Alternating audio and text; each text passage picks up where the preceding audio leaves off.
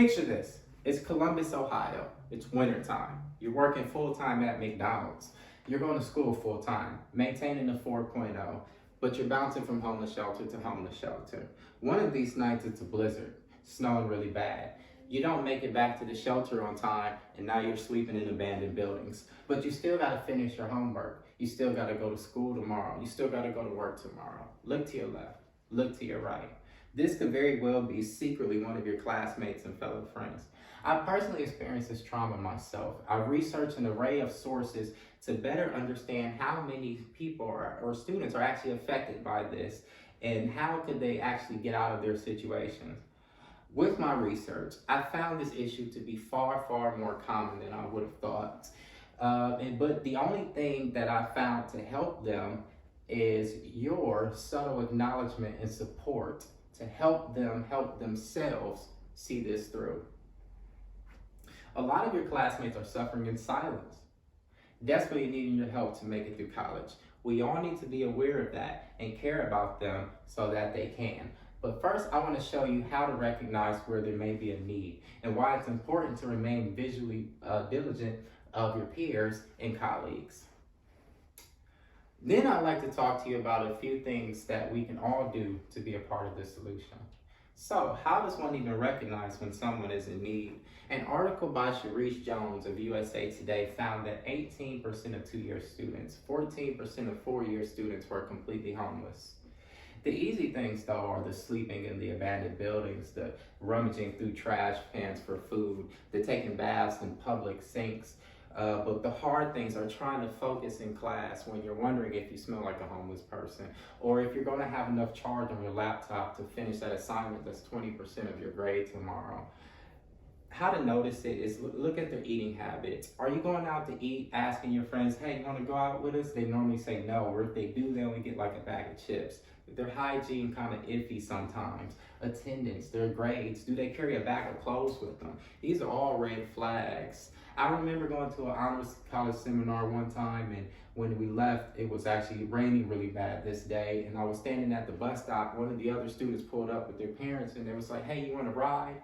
And I was like, no, because I didn't have an address to give them, and then they just pulled off like slowly, like it was kind of awkward, but these should be red flags if someone's in need. But many people are just forced to choose between full-time and homeless, or full-time school and homelessness, or working two full-time jobs. It's not because they're lazy. College students haven't really entered their chosen profession, therefore they're more likely making minimum wage, which leaves most college students at significant risk if they don't have any support financially. So rentjungle.com states an average one-bedroom in Columbus, Ohio is $937 a month, okay? And you got to earn 3 times that to even apply. But Ohio.gov says minimum wage is $8.70 an hour. So anybody who's making that is going to fall $1,500 short of that. CBSnews.com, Deidre Cohan, she interviewed a bunch of these students, and one of them was a 2-year student who was thinking about, opened up to her about how he was thinking about, he was on his way to school one day and he was just thinking about jumping in front of the L train because he just couldn't take it anymore. With that said, I don't believe it to be feasible to change the situation overnight, but through my research, like I said, I found that there are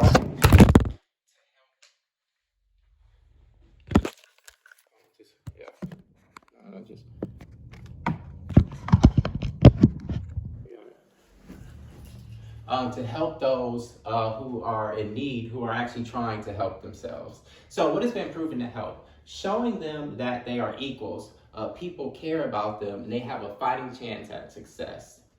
Empathy, patience, companionship, humanity. These are all keys to showing them that they are cared about and they're not forgotten. People letting me just know of my existence on holidays and things like that, those things really, really helped me get through that situation, okay? This brings me to my final point. I would like to present to you a simple 3-step plan of action that you can all implement to be a part of the solution on a daily basis. 1, be vigilant. 2, have humanity. And 3, give back. This brings a subtle awareness that gives that student that extra boost of encouragement to keep them going when things gets tough. And not doing this, failing to do this, it leaves your colleague and your friends just discouraged, more than likely forcing them to want to drop out, and this perpetuates this cycle. In conclusion, a distinguished leader of the anti-slavery movement, William Lloyd Garrison, who was responsible for slave rebellions like Nate Turner's, and the founder of the abolitionist newspaper, The Liberator, wrote in the 1831 edition, "I am aware that many may object to the severity of my language, but is there not cause for severity? I will be as harsh as truth and as uncompromising as justice on this subject, and I do not wish to think or speak or write with moderation. No. Tell a man whose house is on fire to give a moderate alarm. Tell him to moderately rescue his wife from the ravisher. Tell a mother to gradually extricate her babe from the fire in which it has fallen. But urge me not to use moderation in a cause like the present. I am earnest. I will not equivocate. I will not excuse. I will not retreat a single inch, and I will be heard." So follow those 3 steps. Remember, my story is just one of 20% of your classmates. Don't sit back and think, wow, I feel bad. Just act. The first step is to remain vigilant and check on your classmates.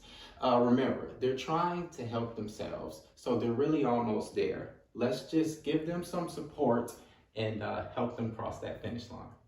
Thank you.